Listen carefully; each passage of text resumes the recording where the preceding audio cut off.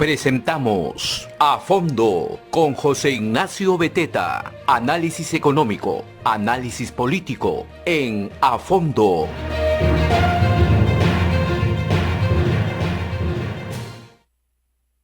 Muy buenos días, ¿cómo están amigos y amigas? Soy José Ignacio Beteta, conductor de A Fondo, presidente de la Asociación de Contribuyentes del Perú. Siempre gracias a la red de comunicación regional, llegando cada vez a más regiones, a más provincias y distritos del país, gracias a su señal. El mensaje del presidente Castillo sigue dando que hablar, porque además de las palabras y las promesas que nos dejara, digamos, ha quedado la duda acerca de si en verdad es realizable lo que está planteando, sobre todo en cuanto al tema de los bonos, ¿no? El año pasado, les doy algunos datos, se repartieron cuatro bonos distintos en distintos momentos. Y estos bonos tuvieron muchos problemas en llegar a la población, para empezar. Tardaron mucho en llegar. Eso por un lado. Por otro lado, los bonos de esta nueva entrega de 5.000 millones de soles en total son 350 soles por persona, que en total hacen 750 soles casi siempre en un hogar de dos personas adultas como máximo. Entonces no termina siendo tampoco un bono que genere un capital o algún tipo de reinversión o de posibilidad de inversión. Pero en tercer lugar, y aquí viene lo más importante, este bono va a ser entregado hasta aquellas personas que ganan 3.000 soles, hasta el tope de 3.000 soles. Pero ¿qué ocurre? Una persona que gana 3.000 soles, 2.500 soles, 2.800 soles, un joven de 25, 28 años, no es pobre, no es una población vulnerable. Un trabajador, digamos, de un supermercado, de un banco, de una bodega incluso, que gana más de 1.800, 2.000 soles, está trabajando. Él no necesita un bono de 350 soles. Al contrario, hay poblaciones más vulnerables, mucho más vulnerables, que no necesitan ni 350 ni 700, probablemente necesiten 1.500 o 1.800, sabe Dios. Pero sobre todo lo que necesita el Perú es trabajo. Y el trabajo solamente sale con la inversión privada, con la empresa, sea esta pequeña, mediana o grande. Y de eso no habló el señor Castillo, porque lo que dijo fue que iba a regalar bonos, que el Estado iba a generar empleo temporal, que no sabemos cómo se llama eso, no sabemos cómo se come. Recordemos que ya tenemos experiencias negativas con esto del empleo temporal, cuando en los gobiernos regionales se contrataban a los amigos, a los primos, a los familiares, simplemente para que estén en las carreteras con los cartelitos, en el parque cuidando la calle, simplemente porque les sobraba la plata del canon y no tenían cómo gastarla. Entonces, eso no ha dejado para nada, creo yo, a la clase media, a los emprendedores como nosotros, digamos, tranquilos, porque el motor de la economía, queridos amigos y amigas, es la inversión privada, es la empresa, es el desarrollo del empresariado. Justamente por eso tenemos con nosotros hoy día un invitado muy importante, el señor Oscar Manuel Mendoza, el señor Oscar Mendoza, que es decano del Colegio de Economistas de Cajamarca y presidente de la Cámara de Comercio y Producción también de Cajamarca, quien ya nos acompaña en este momento. Hola, ¿cómo está, señor Mendoza? Muy buenos días. Muy buenos días, José Ignacio. Un gusto estar contigo. Una precisión, en realidad yo soy paz presidente de la Cámara. El rol actual que tengo es decano del Colegio de Economistas, es correcto. Excelente. ¿Cuál es tu perspectiva después de las palabras del señor Castillo? ¿Qué te deja el mensaje? A ver, hay varios puntos que analizar y que son importantes tomar en consideración. Número uno, en relación al tema del bono, sobre el cual has explicado de manera detallada, en realidad pienso que está pensado en una población más rural.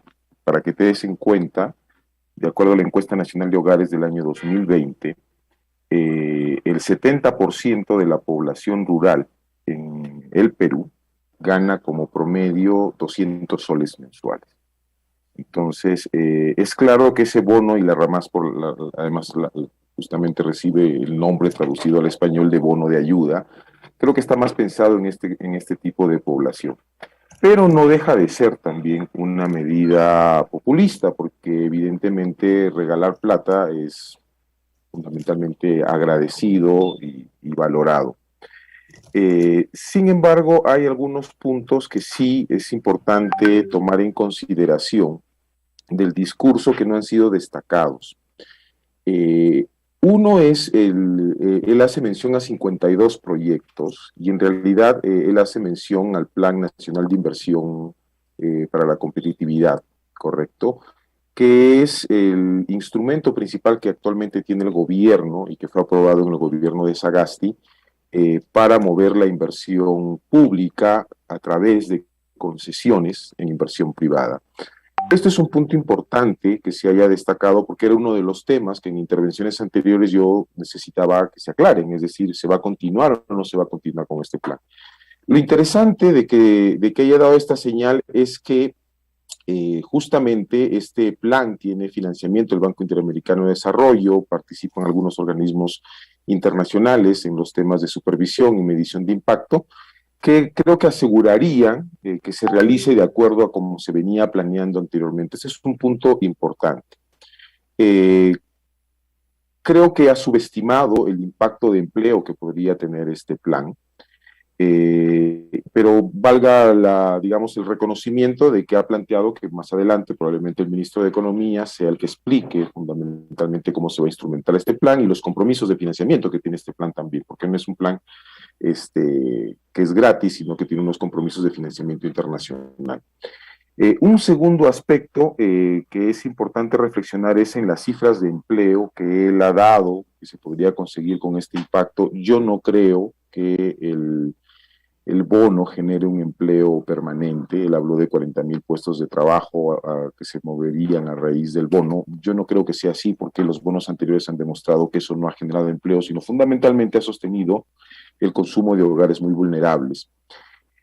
Y en el plan de infraestructura ha planteado 250,000 puestos de trabajo, que son insuficientes, creo yo, y en este sentido, el gran vacío es, bueno, los proyectos en cartera que tiene el país, que están vinculados fundamentalmente al sector minero, que están vinculados fundamentalmente al sector exportador, que no se ha hecho ninguna referencia y que son los que sí generan empleo a largo plazo. Entonces es una carencia importante en el discurso que ha planteado el señor Castillo, y que de una manera u otra demuestra también la visión que Perú Libre tiene del tema de reactivación. Es una visión que se piensa hacer desde el Estado, cuando el Estado tiene recursos limitados y ya de por sí tiene una calificación de riesgo mucho menor, con lo cual endeudarse va a ser más complicado, y en este sentido ese es el gran vacío en la parte económica del discurso, ¿no? Ahora, muy correcto lo que has mencionado. El Plan Nacional de Infraestructura lamentablemente es una promesa de todos los años, ¿no? De hecho, la Asociación de Contribuyentes analizó un poco cómo avanzaban las obras y la mayoría iban lentas o estaban paradas todavía. Eh, Muy pocas ya habían empezado a ser ejecutadas, pero por lo menos lo mencionó, ¿no? Lo cual evidentemente es una señal positiva y habría que esperar a ver qué ocurre con eso, ¿no? Sí, pero es importante también que el público entienda que este Plan Nacional de Infraestructura para la Competitividad fue un plan que fue muy forzado, es decir, se priorizaron proyectos que no tenían expedientes por un interés del presidente Vizcarra, y justamente eso es la razón por la cual los proyectos se están ejecutando de manera muy lenta, es decir, han empezado con los que tenían expedientes y ahorita se está en toda la parte de formulación del resto de proyectos, pero digamos, es una inyección importante.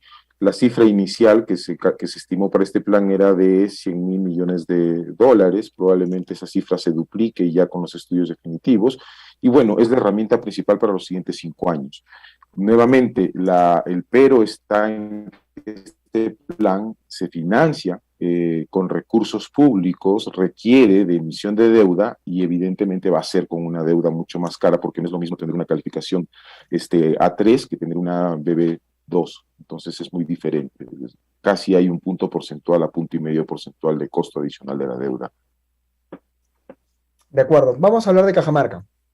Cajamarca es una región en la cual han habido dos temas que siempre han llamado la atención. Primero, y usted lo sabe bien, los conflictos y las reconciliaciones y peleas con la minería, digamos, que siempre son un tema allá y que definitivamente al cajamarquino, yo, mi familia por parte de mi mamá desde allá, desde Chota, siempre en Cajamarca este tema es un tema sensible, pero es necesario, es importante para el desarrollo de la región. Y por otro lado, en la gestión de los gobiernos regionales, que teniendo muchos fondos, no los supieron utilizar en los últimos años y lograron, entre comillas, lamentablemente, que Cajamarca, a pesar de todos los recursos naturales que tiene, siga siendo una de las regiones más pobres del Perú. ¿Cuáles son los retos de Cajamarca en este momento? Bien, es importante la pregunta que haces y me permite hacer algunas precisiones interesantes.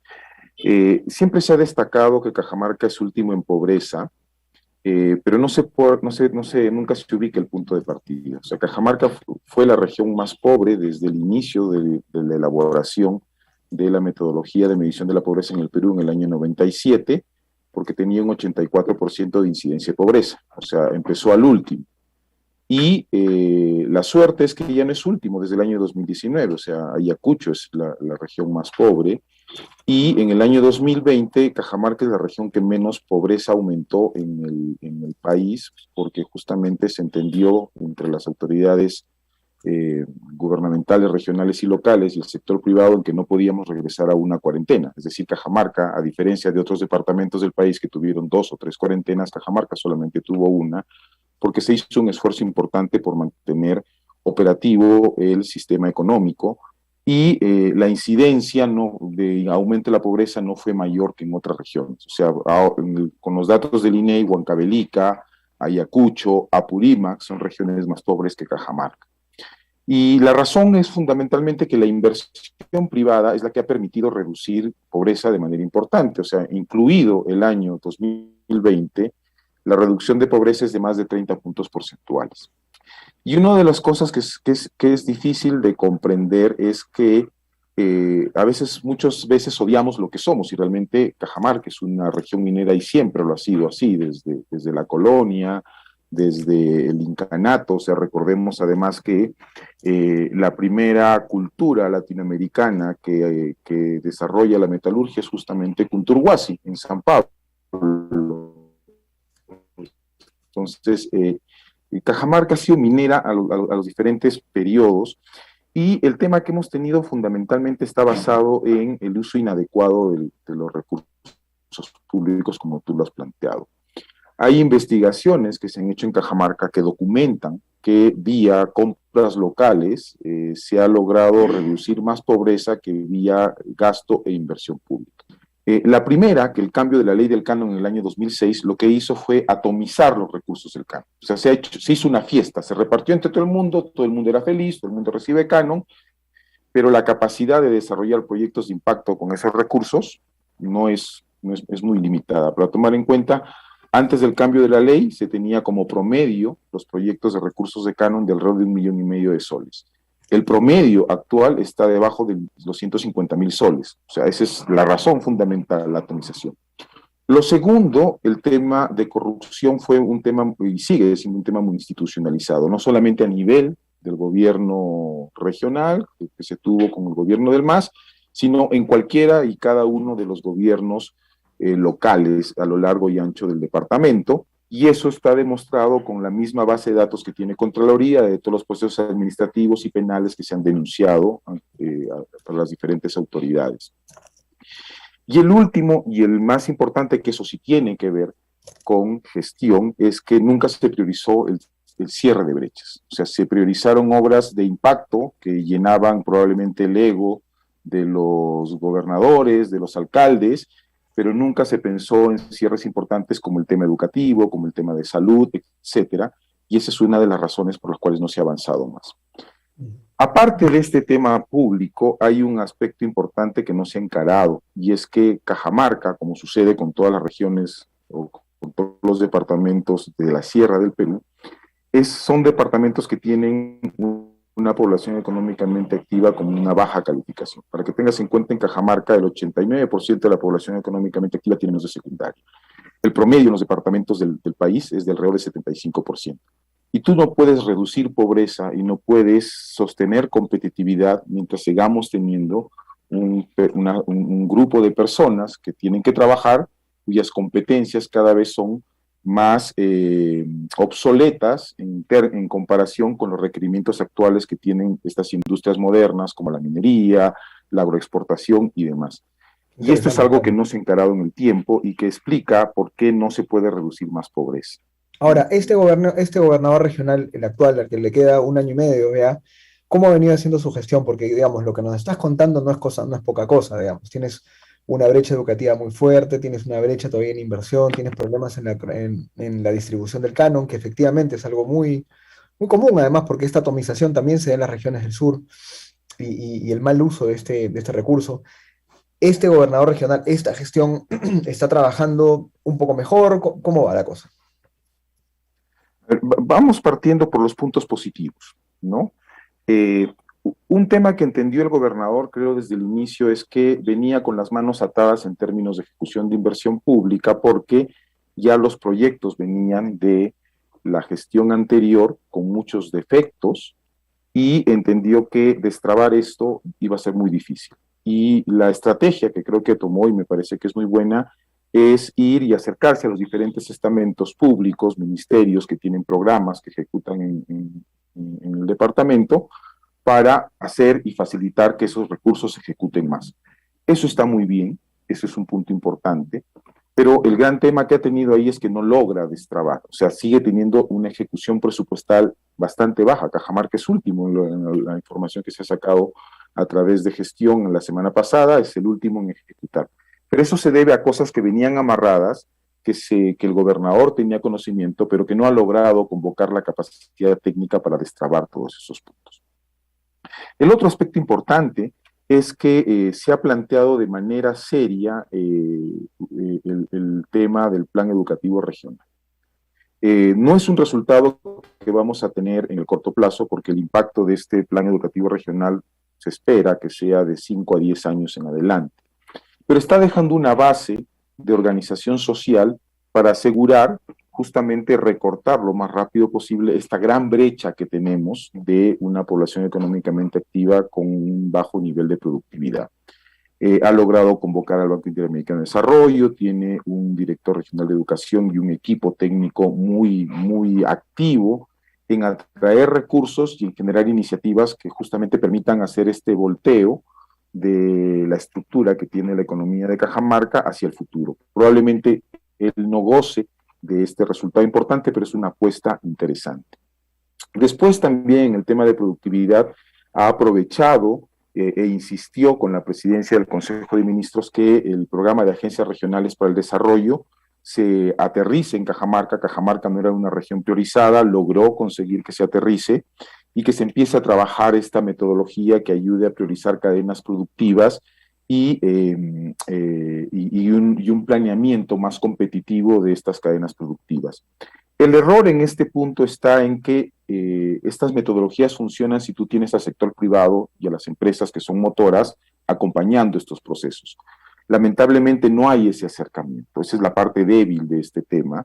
Si comparamos con la libertad, donde por ejemplo la Cámara de Comercio de la Libertad pone la agenda en las priorizaciones, porque justamente ve allí que puede invertir, ve allí que puede haber negocio, ve allí que puede exportar, ha avanzado más rápido en comparación de Cajamarca porque no ha logrado convocar a los sectores del sector privado, pero es algo que se puede corregir en el camino y que además se le viene diciendo de que esta es la manera correcta como se puede acelerar el crecimiento.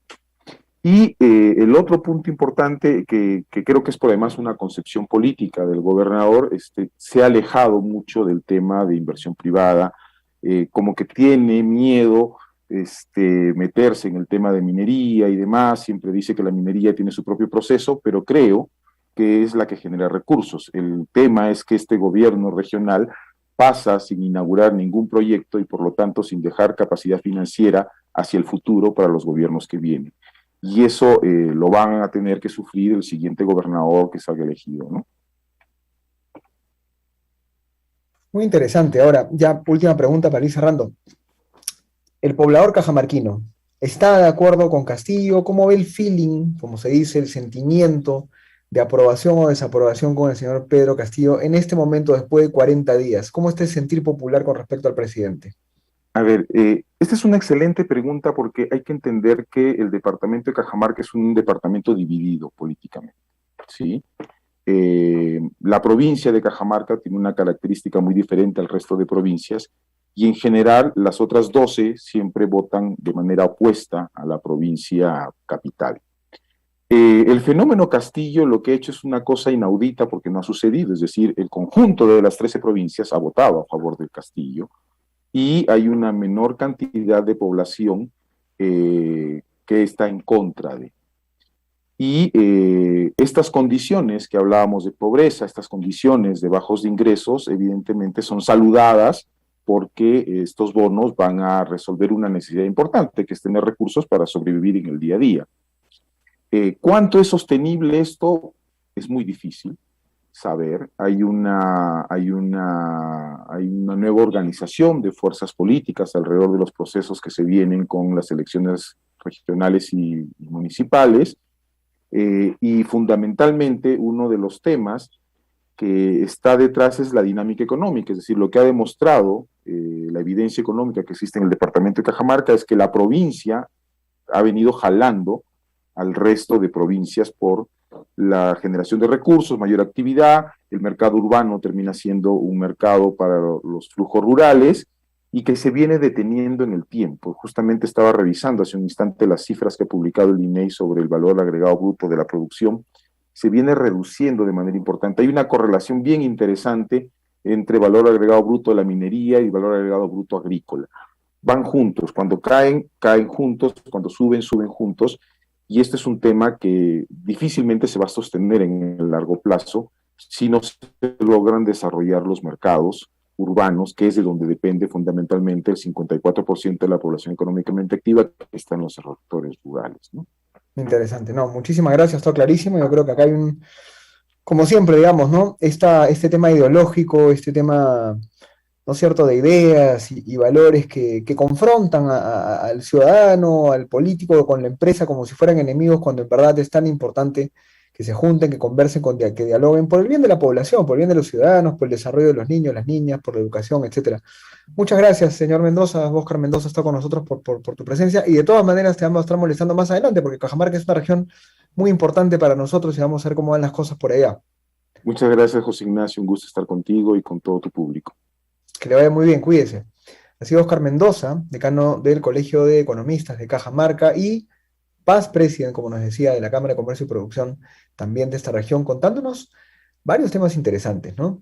Cajamarca es una región muy importante, pero muy pobre, con muchos recursos, pero baja gestión, poca gestión, con mucho potencial, pero poco ánimo de diálogo y de conversación con el sector privado, con la minería, que como bien nos decía el señor Mendoza, es una actividad económica que tiene que salir adelante, que tiene que desarrollarse sin miedo y que tiene que aportar más, ¿no es cierto?, junto con el gobierno regional.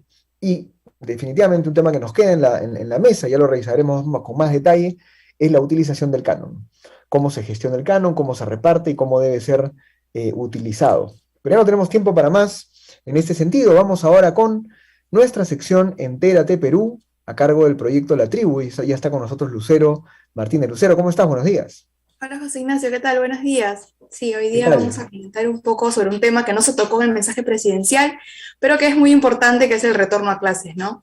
La última noticia que tenemos es que el 15 arranca un plan piloto para ofrecer clases semipresenciales en Lima, donde estarían participando y el objetivo es ver cómo funciona este proceso de retorno a clases bajo el esquema que está planteado actualmente, para tratar de replicarlo. Creo que si bien los resultados que se obtengan no se pueden replicar o no se pueden generalizar a otras instituciones de las regiones de nuestro país, porque las condiciones son diferentes, ¿no? Tanto en el número de alumnos que hay en un aula, la forma de transportarse de los chicos, la ciudad es más concurrida, pero creo que la idea de hacerlo va a servir para poder replicarlo a otros distritos de la zona capital.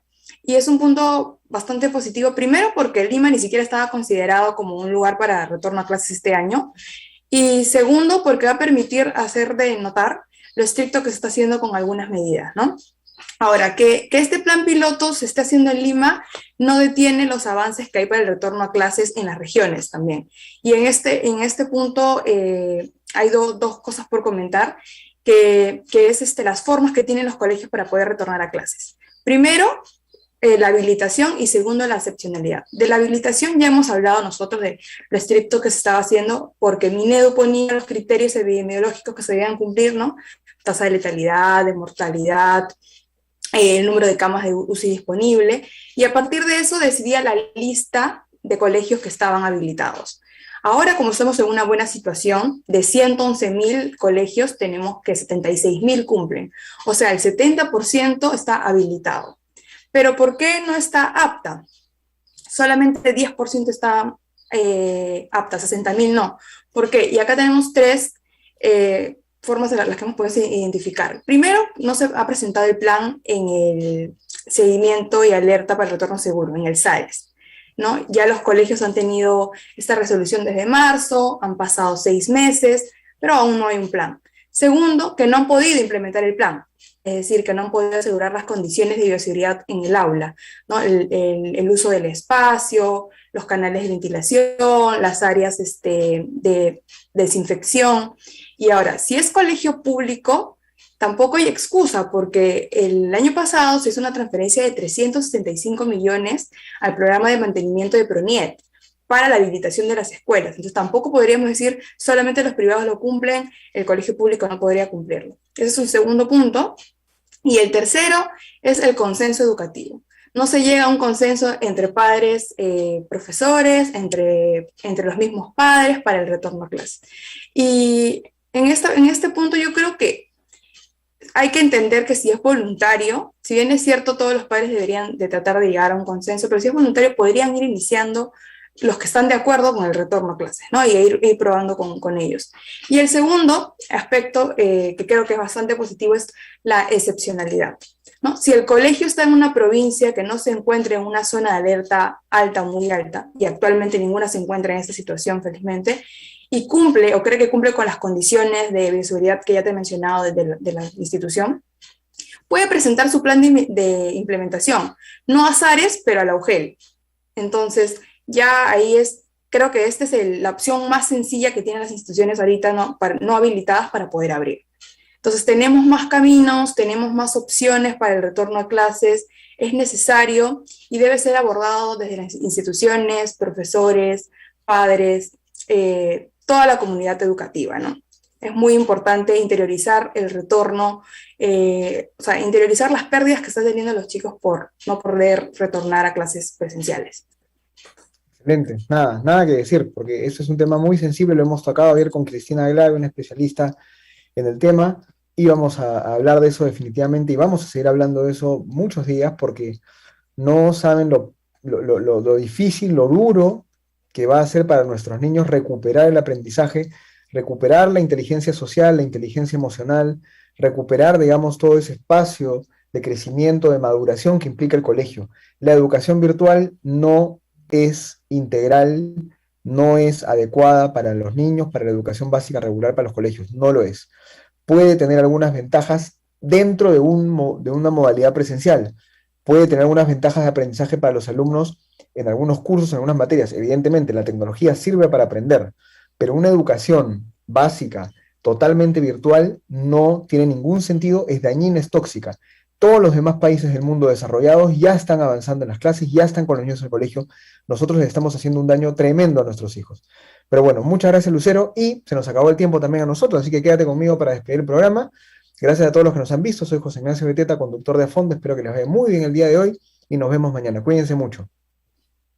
Hemos presentado A Fondo.